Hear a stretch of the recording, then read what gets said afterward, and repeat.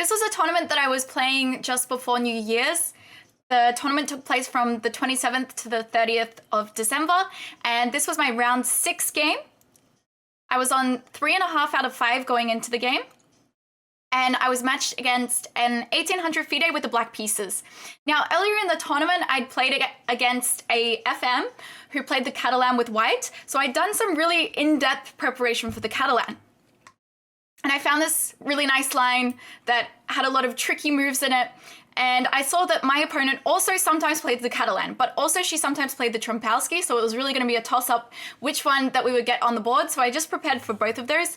But I thought that I could just reuse the line that I used for the second round against the FIDE Master and hopefully get a win with it this time. So I played knight f6 here, and she played c4. Then I played e6, so this is sort of a flexible move. We're not committing to d5 or c5 just yet, and controlling the center with the knight and also the pawn here. And then if opponent goes here, the plan is to pin the knight to the king and go into the Nimzo Indian. Here she played g3, and I was actually really happy to see this. I was like, yes, okay, we're gonna get a Catalan and I'm gonna be able to use my prep. Finally, that was from round 2, and actually use it for a win. Because in the last game, I got a really good position out of the opening using this prep, but then sadly, I got swindled in the endgame, unfortunately. So here I played d5, making sure that I stake some space in the center so she doesn't just start overrunning me with pushing all the pawns forward. And then she plays bishop g2, which is the point of playing g3. You're bringing out the bishop to this long diagonal, and then you're aiming to put some long-term pressure down this diagonal here. So it's actually a really annoying opening to face, because a lot of the time as black, this diagonal is super annoying to deal with. This bishop is just so strong here. So what you can actually do here, and what is main line pretty much now, is to capture here on c4. And the idea of capturing on c4 is that here you're going to make them use some time to go and recapture this pawn. And in the meantime, I like to play something like knight c6 and start targeting this pawn in the center, depending on what they're playing, of course. But sometimes you just develop, sometimes you bring your bishop out for a check, and you find a way to just get developed and castle quickly while they spend their time trying to recapture this pawn on c4. So she plays knight f3, which is the main move. So yeah, here I play knight c6, and then she plays queen a4. And this is the move that I had prepared to play earlier. There is a couple of main moves here. I think the most played one is to play bishop b4 here. And what you do is you cut off the queen from attacking this pawn here, and you hold on to this pawn for at least a little while longer, get castled, and attack d4. But instead, what I play here is knight d5. And Andrew gives a little bit of an inaccuracy here, but it is theory, don't worry guys. It is theory. The main move is to go knight d7 instead, but it doesn't really make that much of a difference. And the idea is to put the knight on b6. So then when they capture here, you attack them with the knight here. Or if they don't capture immediately, then you're going to be able to defend by bringing the knight over to b6. Anyway, so she captures, and then I play knight b6, attacking the queen. And here, I'm not sure if she was very familiar with this opening or not, but she already took around maybe 5 minutes or something to decide where to put the queen.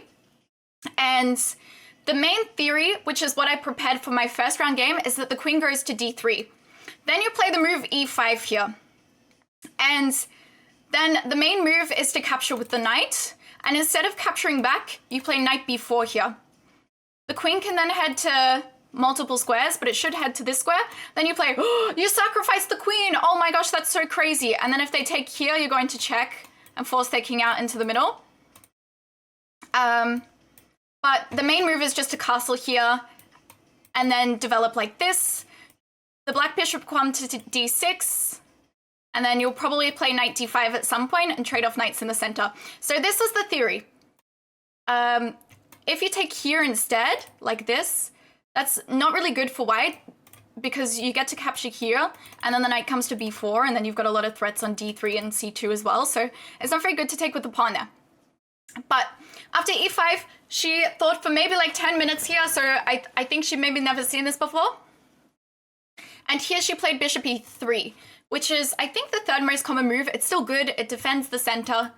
Because obviously I am also threatening to take here on d4 in the next move. So she's defending. And I think here the engine gives kind of crazy ideas. The engine tells you to go knight b4 anyway, allow queen b5, play c6, and allow check, and play bishop b7, and develop like this.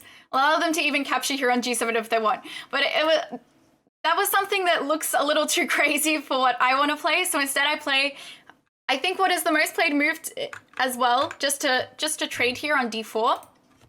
So I'm just going to trade in the center, get some pawns off, and then here, after we have the trade, I decide that I just want to get castle nice and quickly, so I play bishop b4 check here.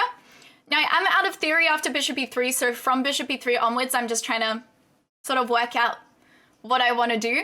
Now, if the bishop moves out of the way and goes back, I'm probably going to trade like this and give her an isolated pawn on the d file. So if there was something like this, I would capture like this, trade, and then she would have this pawn isolated in the center.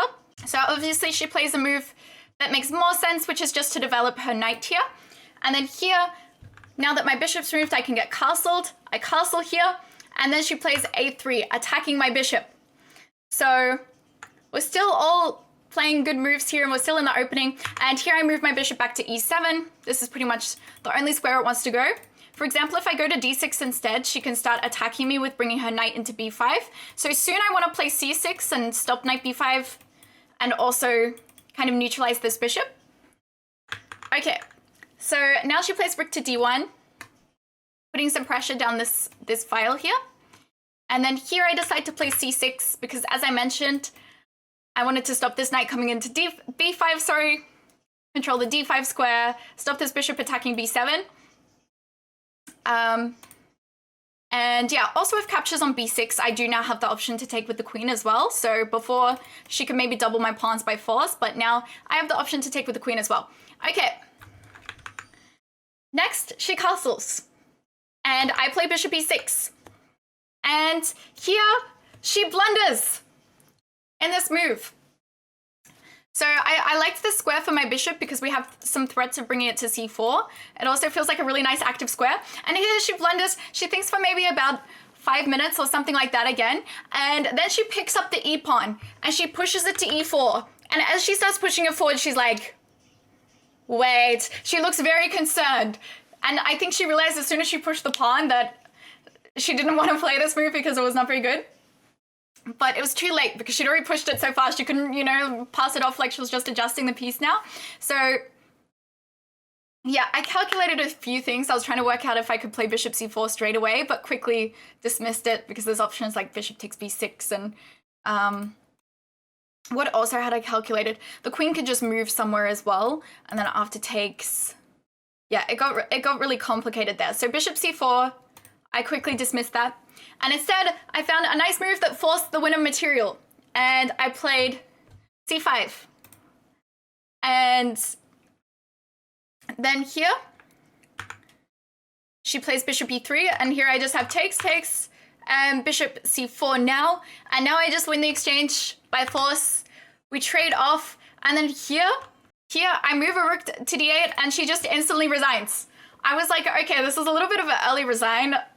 I thought it was a little bit premature because she still had the two bishops. And I was just up for an exchange. I was like, okay, it's not the end of the world. But we were first forcing the rooks off, but I thought it was worth playing on. But she just resigned here and then withdrew from the tournament. So yeah, that was the game.